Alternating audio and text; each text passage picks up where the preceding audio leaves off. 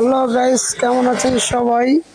আজকে দেখাতে চলেছি বাটি কিভাবে পালিশ করে, কিভাবে বানায় সেই মেশিন। এই যে বলের মধ্যে এটা হলো সাবান ভিজাইছে, ভিজা তারপরে এরকম সার্কেল ভিজা, তারপরে যে ডিপি, এটার নাম ডিপ মেশিন।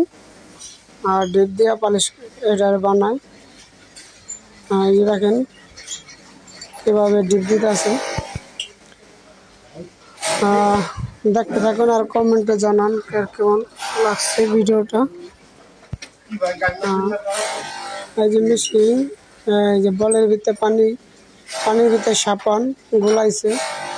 আর এটা হলো মোড়াই মেশিন, এটা দিয়ে কান্দিরা মোড়াই করে।